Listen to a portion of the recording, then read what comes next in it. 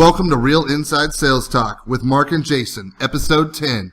Find us at facebook.com/ISA Talk and find us at www.realinsidesalestalk.com. Real Inside Sales Talk is brought to you in part by Team Real Estate. Are you ready to buy or sell a home?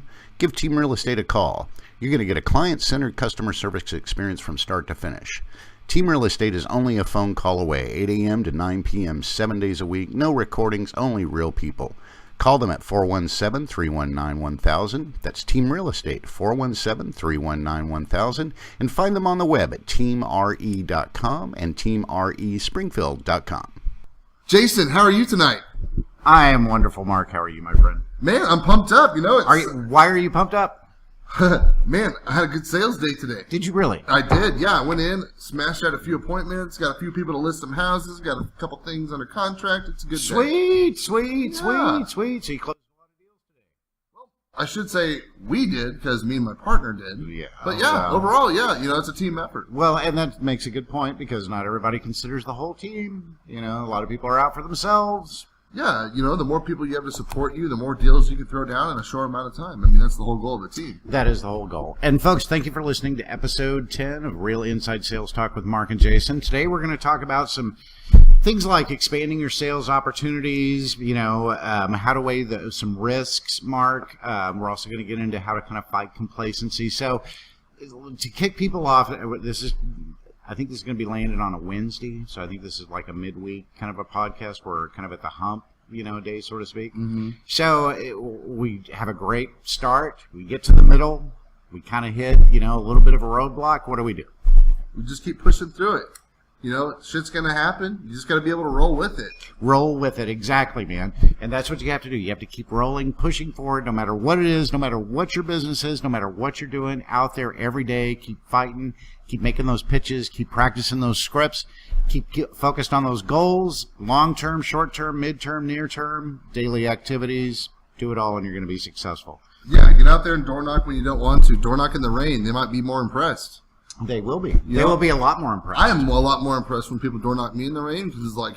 You're out there in the rain, man. You're out there in the rain. Well, my biggest day selling door-to-door was in Chicago, Illinois in the middle of a big rainstorm. Tell me what? Tell me about that. Well, I was doing door-to-door sales, the one I got arrested on. If you remember episode 5, I think. Yeah. When I talked about getting arrested. Yeah, you had a solicitor's permit, but you knocked on a cop's door. Yeah, exactly. Exactly. So anyway, I mean, the one day that I had my biggest day, it was a big rainstorm. And so I went to 3 houses, and every one of them bought a case, which was 6 bottles of the product, which was about $100 in my pocket. So, I mean, all of a sudden, here I've got $300 with no expenses, and this was 89, 90, sometime around in there. So, I mean, it's a little cheaper to live on the road than it is these days. So, dude, I was rolling in it. You were rolling in it. Oh, yeah. And then I came back to the neighborhood the next day and then knocked on all those doors, and I had all those referrals I could tell everybody. I mean, I cleaned up for like a week there in that neighborhood. It was great. It was awesome. Did you follow up on the neighborhoods that you made sales in because they knew you? No, we left town immediately. Really? You didn't want to? Well, we were selling door-to-door shit, man. I mean, some of it was like, to be completely candid with you, Mark. What were you selling in these bottles, Jason? This was cleaner, but this was like really concentrated cleaner. I mean, it'll clean anything. It'll clean an engine, basically. So we didn't come back to a territory. Basically, the rotation was like maybe every year, every 18 months that you would come back to an area. And even then, follow-up was not part of the day-to-day traveling salesman door-to-door business at all. Well, at all. Could you imagine what business would have been like if you did follow up?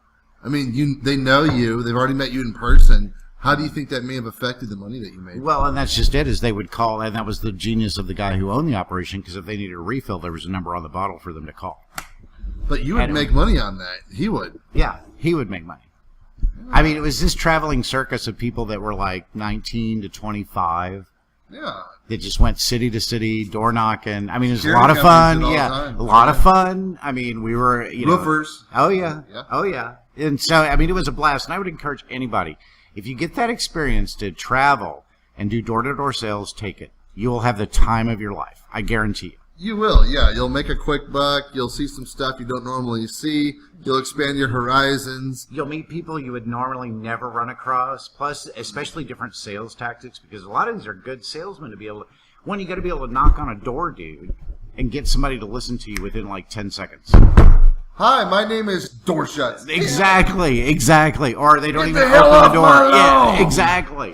Well, especially in a place like Chicago, man. I mean, it was beaten to our head. You know, Murder, death capital of the world. you or stand USA, anyway. you stand away from the door with your hands in plain sight. I mean, you're not up there next to the door. You're back away from it a little bit. You know, Tulsa was a little bit different. You know, Midwest is a little different until you get to like Dallas, Chicago. Those people are a little more abrasive, but. You know, Tulsa was fun. St. Louis was fun. Made good money in St. Louis. You know. So, do you miss selling that product, or are you happy moving on? Oh God, I do not. You don't miss selling the product, so you're happy that you took a risk and you did a leap of faith, and you went from one sales opportunity to the next. Exactly, and that's a great point you make, because I know one thing you want to talk about today is how to find those great sales opportunities, and that's what that door-to-door sales opportunity did for me. I was able to see the country, make some money. Able to learn a lot, learn and meet a bunch of different people. So, Mark, start us off. Let's talk about sales opportunities. You know, working in sales, you're going to meet so many people that are going to open so many doors. That you are. Hey, you're a great salesman. If you ever want to talk about quit doing this and come work for me, you know, doors open, you just show up. Here's my phone number. You're hired. Just call me. You know, and then, you know, working in the position that I do in real estate, there's a lot of people that want the skill set that I have. And I'm not saying that to, you know, boast myself, but at the same time, it's true. You know, there's a lot of people that quit my job within the first 30 days or don't last past 6 months. Right. The turnover is at 99%. And if you can get that one person that's really good and that masters their craft, they're worth every penny you want to pay for. But you have to realize, you know, even though you're being offered X amount of money at one place, the conditions that you work at the other, or the atmosphere that you work at the other, or the long-term longevity of the other place might be better. Like, for example, if I go and work for the biggest corporation in town, I'm just another number. You know, I'm not a part of the core. You know, the core, there's typically 1 to 6 people that are the core of the business, the most important people. Everyone after that is expendable. You know, if I would have, you know, doubled my pay and went to that business, I would have just been a part of the expendable list. Right, you would have. Right. Completely, yeah. Yeah, so if I stay where I'm at now, yeah, I might not make as much money, but I'm a part of the core, and as we expand and we grow, better things are going to happen. Exactly. And then that's, you know, and then, you know, I let my people that I work with know that. You know, I'm honest with them. I say, hey, I got a job offer the other day, but I'm not going to take it. Here's why. Right. And I'm only telling you this not to waste your time, but to really let you know where I'm at on this. Right. Because if I felt like you were wasting my time here, I would have moved on. Right. And I know if you're going to waste my time, you're going to let me know, hey, it's time to go. Exactly. And that's what you have to do. I mean, you get to the point of it, you know, immediately. You know, when somebody approaches you with maybe a new job offer, yeah. You know, say somebody approaches you with, you know, possibly a new business opportunity or something like that, or even, you know, when you talk to people that you're pitching, you might discover things about them that would give you opportunity in your business. You know, say you find out that the guy that you're pitching might be, you know, on the board of some sort of organization that you're wanting to join, you know, or he might know somebody of some sort of, you know, need that you have fulfilled, be it a contractor or, you know, some sort of service that the guy provides. And I got to add on that, like, just 2 out of many people I've been approached by, and they're good people. And, you know, trust me, I think about the job offers every day, but I'm doing what's in the best interest of me and the people involved in my life right now. You know, I want to make something work, but like I've got one guy that's on the Chamber of Commerce and the City Council. I've got another guy that owns half the telemarketing centers in Springfield. Right. And they're like, hey, whenever you need a job, just come in. It's like, well, hey, I'm not just wanting a job. I'm wanting a share in the company. I'm wanting some responsibilities that are outside the norm. Right. You know, if we're actually going to be running a business, I need to make sure that you and me can actually get along. Right. I'm not just another employee. I mean, this is actually a real relationship. Right. And, you know, they're going to respect that because, you know, that separates you from the $10 an hour employee to the $90,000 a year plus salary employee. Right. You have to sell yourself and stand your ground. Right. That you do. And that's the thing is, I mean, having sales skills means you're always going to have a job, right, Mark? Absolutely. No matter where you go. Right. Exactly. You're going to be able to not only, even if it's not direct sales, if if you have a little bit of sales skill, you're going to be able to land that job higher up in the company, maybe something a little more responsibility, something where you're managing a few people or something like that, or you're able to, increase the company's bottom line, much quicker, more effectively than you would if you didn't have the ability to negotiate well, to find the yes, to find that opportunity that's sort of hidden there amongst the weeds of, the day-to-day activities that we all have to go through. Yeah, and like when you go into your interviews, expect to know the answers to the questions, but also just demolish them. Like, tell me about a time that you've been challenged. It's like every day is a challenge, in one aspect or another, but this is how I handle those challenges. Right, exactly. If you want me to expand on that question, I can by 100-fold, but let's move on to the next one and save both of our time. Right, exactly. I mean, and that's just what you want to be able to do, is weigh the pros and cons of whatever opportunity that's coming up. Yeah, but just remember, the grass is not always greener on the other side. I know this from experience. I've left good jobs to go into jobs that looked really good, and then after 90 days, it's like, oh no, what did I do? And the next thing I know is I find another job that looks really good. I'm there for a long period of time, and then I'm like, these people are not the best fit for me, so I'm going to go over here and try this. And so then I found a group of people that I work with now that I'm like, okay, I can make this work. They can make this work. I trust them. They trust me. Right. All the cards are out on the table. I know they're working hard because I see it. They know I'm working hard because they see it. And, I kind of build that outside of work family. Right. And that's important, too. If you have a work family, if you have people that you really care about, or if you have people that actually bend over backwards for you, you probably want to reconsider jumping ship. Because these other companies that you go to, you're going to have to build relationships all over again. Yep. And then if you come in with all these problems, they're going to think that you're just too overdramatic, and then it's not going to be a good fit. No. And it's not going to be that way. Because, that's where you're going to find out that people bring a lot of baggage to work with them. Bring their own backgrounds. You've got to manage their personality. You've got to manage their faults. You've got to manage their shortcomings. You've got to manage you've got to manage every aspect of it. And it's one thing sometimes you might be, thinking it's like, I'm running a daycare here or something like that. But, if you find the best out of people and you find what motivates them, to be able to get to that next, hurdle and overcome that next sort of obstacle that's in their life, then, you're going to find what's positive about them. And that's where expanding your sales opportunities into not only your area where you have expertise, but then branching out of that a little bit. You can go from cars to real estates to appliances to selling, widgets to selling, defense equipment. You can sell heavy equipment. You can sell, military supplies. It'd be great to be like a Boeing salesman.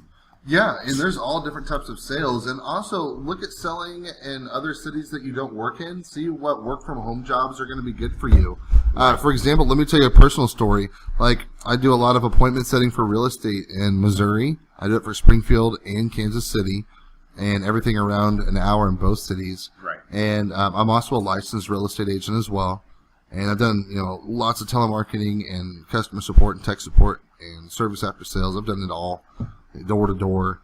Anyway, my point is if I did the exact same thing remotely here in Springfield for a California company, I could almost triple my income. Right. So it's like, holy moly, pay attention to what jobs are out there, but also at the same time, those jobs, you're expendable very quickly. Right. They might only hire you as a 30-day laborer, or if you don't put up the numbers that they want because they've been misled by, certain companies that say, if you have your person do this, you're going to make this much money and you're going to be rich. Really just research the companies that you're going to work for, pick and choose your battles, be okay with jumping ship if the time is right, but also don't look a gift horse in the mouth. If everything looks good, everything is sociable, you don't have that work anxiety, you don't have to worry about walking into that office and seeing that one coworker you can't stand. If you're completely comfortable, it might be good just to chill out for a while and just see what happens.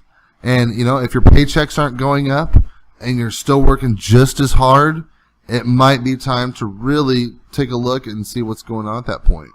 That it would be, and that's what you want to be able to do, is you want to be able to evaluate what's, you got to do a cost benefit analysis of the situation, because you can say that. Certainly there are larger markets out there, you can make a lot more money, but everybody has a home, and a home is a big draw, and you sacrifice a lot to make a place a home. And everybody wants money. And, if you've put in your time and your work and you've done everything and you're still not making the money that you deserve to be making, right? See if you could do the exact same job somewhere else and make the money you do deserve. Exactly. You've got to find those opportunities. Be okay with being an independent LLC. Right, exactly. Stand up for yourself. You're not some small peon that needs to go work at a McDonald's or a Target or a mall. No offense to those guys, but if you're totally offense to those. If you're a real salesman, you're out there about the money.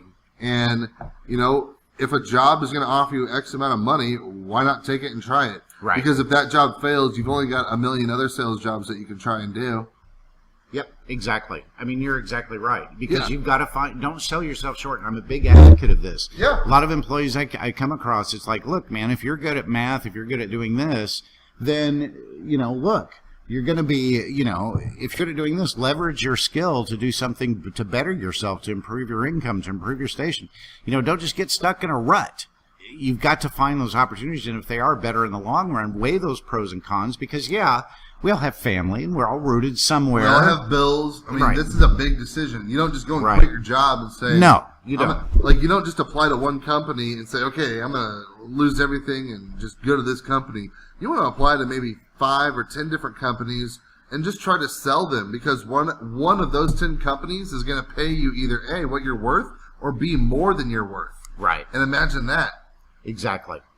I mean, you can make so much more money in some places that, might have a higher value on things. And then you'll also, it's again, you've got to realize, okay, if this is important to me, then that's what I've got to pursue. Or if my goal, over 10 years is to be able to do X, Y, Z, there's, I want my kids' college fund ready within the next 10 years. Exactly. Like right now, I have 2 kids' college funds, my daughter and my son. I'm setting money aside because I know I didn't get a scholarship. If they get one, that's great. Right. But I need to start building that scholarship now. And if I keep making X amount of money, I'm not going to be able to do that. So what I'm going to have to do is change my personal life and take some risks. Right. Well, and put off some things. You sacrifice some things. It's your time preference. If you're into kind of delayed gratification, which, everybody should be saving something. Everybody should be planning for, make some sacrifices now. And then that way down the road, you can collect the reward of, the risk that you've assumed, the savings that you've, accumulated. It's great to have savings. And that's the thing is you want to be able to, again, you find an opportunity, write down the pros and cons, write down the benefits, write down, to be able to write it down on paper and articulate it out allows you a much better, a clearer focus of the opportunity, and to be able to look at it dispassionately without it becoming something that, weighs on your emotions necessarily. And you can find out, okay, well, this offer over here is a good one. This offer over here is a good one. I'm going to take offer A or offer B. Well, offer B is better in the long run. That's what I want to do. Yeah, absolutely. And then just to add to that is, do some research. Like, what is the market doing? How is the product doing? What are consumers doing? Is the risk and the reward there? If you're going to change a career, maybe do some research. Talk to some people in the field.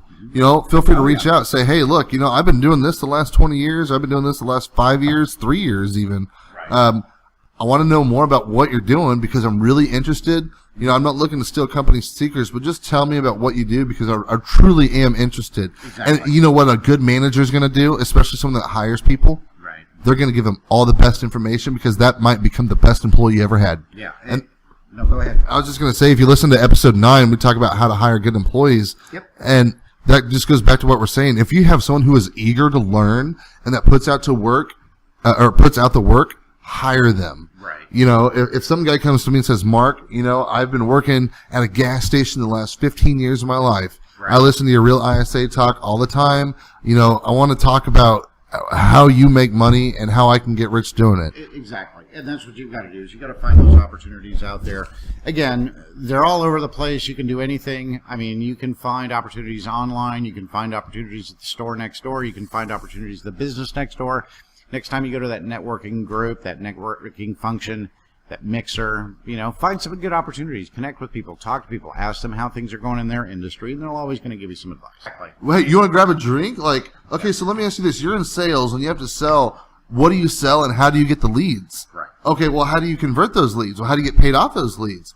Oh, really? How do you do this and that? Because what's happening is you're getting a bunch of ideas. That's an outside perspective. So even if it has nothing to do with your sales category, there might be something that they do that's completely different that you do, right, that you could implement into your business. Right. I look at car sales rebuttals on YouTube. I look at real estate rebuttals. I'm always trying new things with different customers. I'm experimenting with what works, what doesn't work. What buttons can I push in the right way? What buttons should I not push? Focusing on those disc personalities. And I'm identifying everybody. I'm thinking, okay, when I walk up to this guy, here's the first 5 things I want to find out. Family, occupation, recreation, dreams. Great. Is this someone that I want to keep involved in my life, or is this someone that I just need to, thanks for talking with me, bye. Right. Good point, man. Yeah, and again, we just want to thank you for tuning into episode 10 of Real Inside Sales Talk with Mark and Jason. Find us online at facebook.com/ISA Talk. This episode is brought to you by Team Real Estate. Team Real Estate Springfield is ran by David Johnson. David is a former airborne ranger, a licensed appraiser, and realtor here in Springfield. He also runs Infinity Martial Arts. So if you're looking to sell your house or kick some ass, give David a call at 319-1001. David Johnson, Team Real Estate. Thanks again for listening to episode 10 with Mark and Jason. Back to you in just a moment. Find us on facebook.com/ISA Talk. Find us at realinsidesalestalk.com. Find us on YouTube at Real Inside Sales Talk. Tell your friends, family, and of course, all of your fellow salesmen about facebook.com/ISA Talk. I wanted to talk a little bit today about fighting complacency. Okay. For example, the first time I got my really big payday, first time I was doing sales, dude, I didn't show up at the office for a week. You get on a roll like that, things are working good, things are in overdrive, you're kind of coasting along, and you're just kind of taking things for granted and relaxing a little bit, enjoying a little bit too much of too comfortable. Well, yeah, there's one thing, you can enjoy your success, certainly, but you've got to also learn to kind of fight that routine. And one thing about being able to fight complacency, I think one of the first things you have to understand, and especially to be great, especially to be top dog in your area, is to have a healthy sense of paranoia. You got to always think somebody is in your rear view, man. Yeah, you have to plan for the future. You're going to have a bad week eventually. That's the sales roller coaster. It doesn't matter how good you are, but you want to put that time in. Even though you're good, the bank account's good, everything's good at the house. You could afford to miss 1, 2, 3, 4 weeks, maybe even more with the work. Right. Imagine how much extra money that you can make in that time frame. And then imagine how much extra time you can miss in the future when you're getting older. Let's say you're hitting 60 and you're time to retire. Right. Exactly. Exactly. I can't tell you how many people that I talk to that retire. Well, and to have a little bit of kind of healthy paranoia about what the competition is doing, what the market might be doing, always preparing for that rainy day, always thinking, man, I got to stay one step ahead, because it's if you're doing scripts and role play, you always got to think, what's the other guy doing? If the other guy you think is practicing right now, well, what am I doing? I got to practice right now. If you think the other guy, is out there pounding the pavement, you got to be out there pounding the pavement. The other guy you think is out there making phone calls, you got to be making phone calls. Paranoia, folks, man, it helps. It does help. And, when I start calling at 8 o'clock in the morning, I know I'm calling against 50 other real estate agents. Exactly. And I know if I don't call, I'm not getting any business. And I know if I call at 9 o'clock, I'm already too late. You're already, man. And that's the thing, Mark. You've got a lot of competition. Anybody who does ISAs for, real estate industry, dude, that's cutthroat business, man. You've got to be on top of it. You've got to be on the phone, ready to go. You're like stockbrokers that way. You got to be ready to dial, 9 a.m., 8 a.m., whatever it is. We've got healthy paranoia is another way to fight complacency. Oh, I have healthy paranoia. So, I have 2 really good listing agents that say I do a great job every week. Okay. But I still secretly freak out and always think I'm not doing a good enough job. Really? And that's where I talked about on a podcast before that sometimes I just need to be told or let know that I'm doing a good job, because sometimes I still freak out about it. And, that's a personal issue that I have to try to overcome. But that's that hand on my back that pushes me forward to move. It's like, I want to make them happy next week. I want to make them happy after that, and after that, and after that, and after that. Well, that's the thing that makes a great sales supervisor, which we covered on episode 9, was giving people a pat on the back, recognition for what they do, finding what motivates them, and sometimes a pat on the back is what motivates them even more. And so the other thing to do to fight complacency, Mark, is you always want to have new and bigger goals, okay? So let's say your goal like this week is to set 3 appointments. Okay, you set the 3 appointments week in, week out. After about 2 months or whatever, it's like, okay, well, I've set my 3 appointments a week. It's great. I'm getting paid. Well, let's kick it into overdrive. Let's set 6 appointments a week now. Let's set 9 appointments a week. And how can we make that happen? How can we make that happen? And is it possible? Are you already doing that? Are you already setting that minimal of 3 appointments a week? And you're doing everything you can to get up to 4, 5, 6, 7, 8, 9, 10.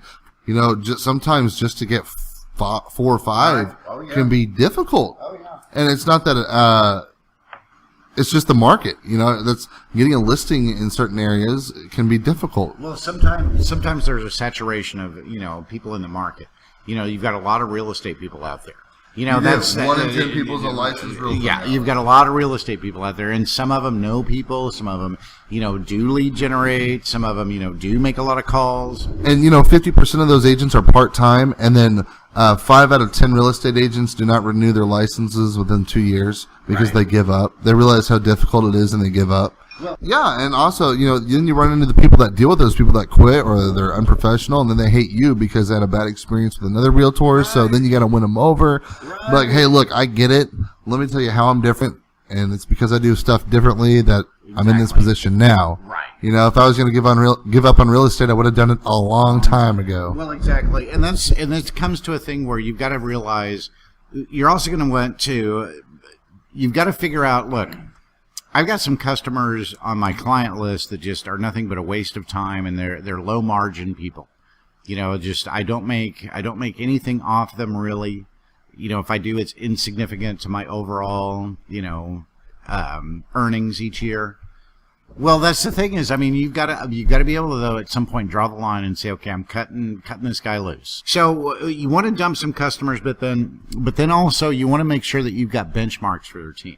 Make sure you've got goals set. Make sure you've got a minimum that you need to meet each week. You've got a goal that you want to hit each week, each month, each quarter, each year.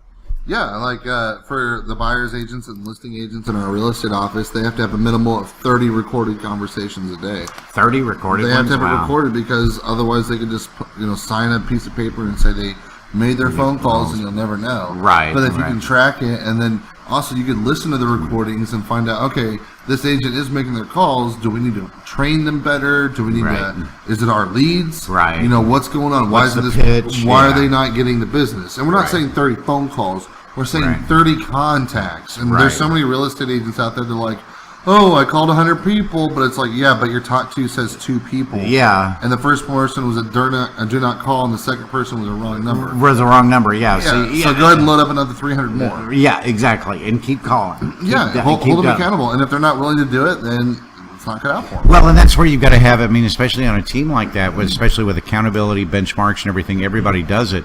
It all comes together in several steps, having a successful business, from sales to accounting to management to people on the front line. You've got to be able to not only get to their motivation, get to what they aspire for, find out what their personality.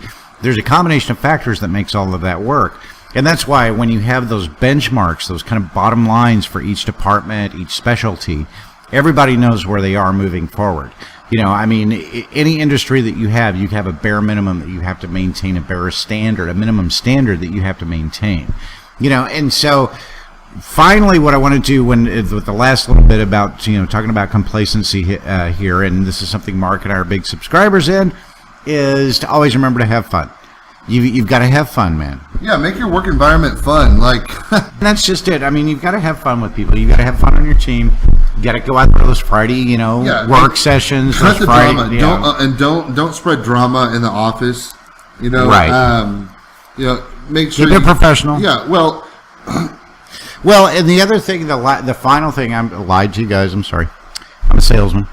The final thing I want to get to you is leave you guys with is don't be afraid of change. Oh. Don't be afraid of change, folks. Go out there, do something different today. Go out there and take a different approach to that problem you might have, to that scenario you might not really be comfortable with going through. Embrace it. Embrace the change. Find out those opportunities that are out there just behind the door. If you know where to look, you open your eyes and you start seeing and you start thinking, hey, I can do this, I can do that. You're going to find those opportunities out there, and you're going to be able to then execute what it needs to take to be successful at those things that you find, no matter what sort of business that it's in that you're trying to accomplish in, whether you're working at home, whether you're working on the job for somebody. Get more out of it. Find out what you can do to leverage your skill to enhance your self-worth, improve your life for yourself and your spouse, your kids, because that's what we're all striving for out there. Thank you for downloading Real Inside Sales Talk, Episode 10 with Mark and Jason. Find us at Facebook.com/ISA Talk. Find us at RealInsideSalesTalk.com. Find us at YouTube at Real Inside Sales Talk. You all have a good night. Bye.